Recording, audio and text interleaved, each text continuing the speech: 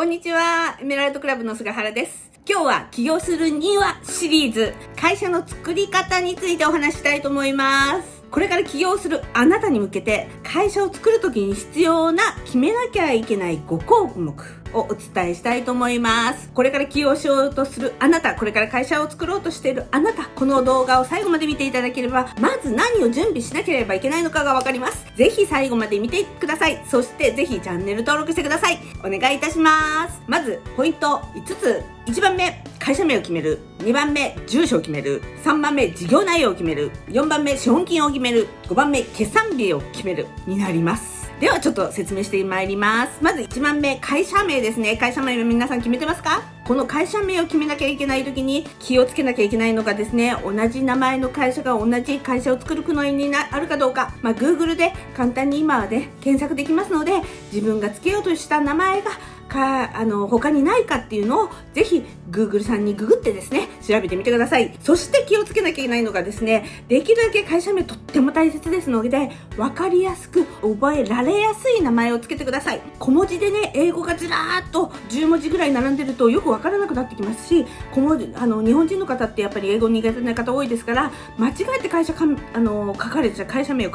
ゃったりすることもあったりします。やっぱり覚えやすい、分かりやすい名前をつけるっていうのがポイントになってきます。2つ目、住所。登記住所ですね、決めてください。女性の方気をつけなきゃいけないのが、自宅兼オフィスでいいやって言ってですね、自宅を登記にするのはできるだけやめた方がいいですね。やっぱり名刺とかホームページとかにどんどん住所を載せるものですから、自宅兼事務所にするとちょっと危険がある可能性があります。皆様に自分の自宅を公表するようなことになってしまいますので、できるだけ、自宅兼事務所を避けた方がいいなって私は思います。最近ですね、住所を貸すサービスとかレンタルのオフィスとかもありますので、ただレンタルオフィスですと、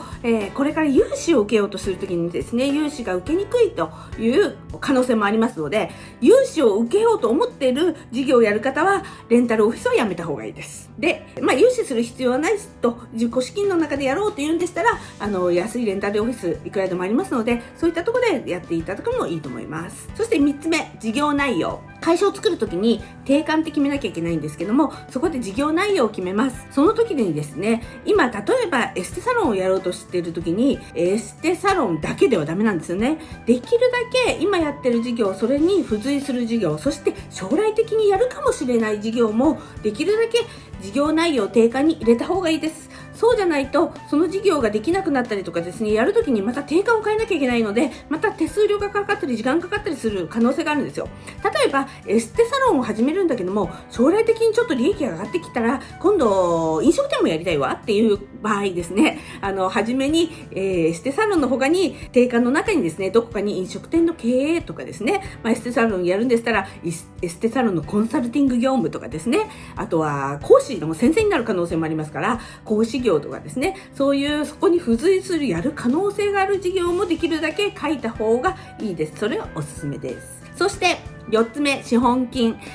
を用意しなきゃいけないですよね。で、今1円から資本金1円から会社作れるようになってますけども、やっぱり信用っていうのは資本金で見られるパターンが多いです。ですので、やっぱり1円とか1万円とか1000円とかで会社作るよりは、やっぱりある程度のお金を入れていただいて資本金にした方がいいです。無理しない程度にね、やった方がいいと思います。で、資本金を用意したらどうしたらいいのっていうところなんですけど、自分の名義、社長の名義のところに、自分が100% の株主だったら自分の名前で、お金を口座に入れてください。お友達と一緒とかパートナーと一緒に事業をやるということでしたら、自分の資本金に当たる金額を自分の口座に入れる。そしてパートナーの株主になる人の名義で自分の口座に入れる。そしてその資本金金額が入っていることが確認できるコピーが登記の時に必要ですので、それでご用意してください。そして最後5つ目、決算日を決めなきゃいけないです。決算日、私なんかはよく会社作るときはですね、例えば今日が7月の1日で会社作ろうと思ったときは、その